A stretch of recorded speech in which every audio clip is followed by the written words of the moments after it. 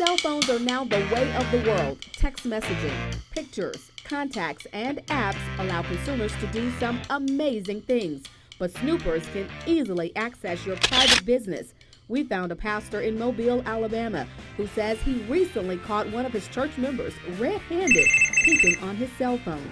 Pastor C.D. McMillan.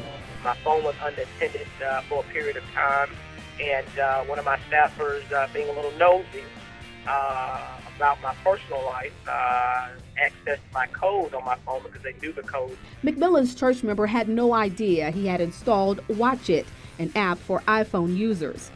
Lo and behold, it snaps a picture of the person, the time that they opened my phone, and actually did it multiple times. McMillan says the woman went into his phone 4 or 5 times. The app also gave her location. When he got the phone back, he approached her. Said, I know that you've accessed my phone about 4 or 5 times without my permission. And they were looking at me like, no, I didn't. I said, are you sure? No. And long story short, I basically opened up the app, showed them that picture. They wasn't astonished, they were shocked. Pastor McMillan paid $1.99 for that app and says it was well worth it. Another app called Hidden Eye and Lookout for Android and iPhones help you do the same thing. Lookout, a California mobile security company, conducted a study on who's eyeing your phone. The results may surprise you. Alicia DiVittorio, consumer safety advocate for Lookout, shared the findings with us via Skype. 1 in 3 people admit to looking at another person's phone without their permission. Pretty significant stats. Lookout also found that 50% of people failed to put a passcode on their phones to block people from getting their personal information. We also found another really cool app. This one is called Watch Over Me. You can download it to your iPhone or Android, and when you're in a dangerous situation, you just send an emergency alert. I think it's better, it's more safe. It probably will protect you more than like trying to yell or scream out. I ran across Ava Rodriguez and her college friends in downtown Columbus. They didn't know any of these apps existed, but they didn't waste any time downloading them.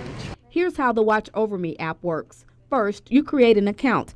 Then, you choose an event like meet someone and key in the estimated time of arrival. Step 3, add emergency contacts. 4, register the event. And your final step, confirm safe arrival.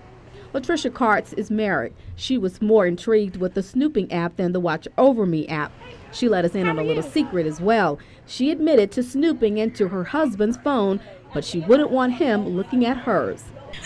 What do you think your husband might say about that? He wouldn't like it, but that's fine. I would love it. I mean, not that I have anything to hide, but, it's just your own personal, belongings, so you kind of want that to yourself. Karts is not alone. According to Lookout, 14% of women surveyed say they look to check text messages and emails more often than men.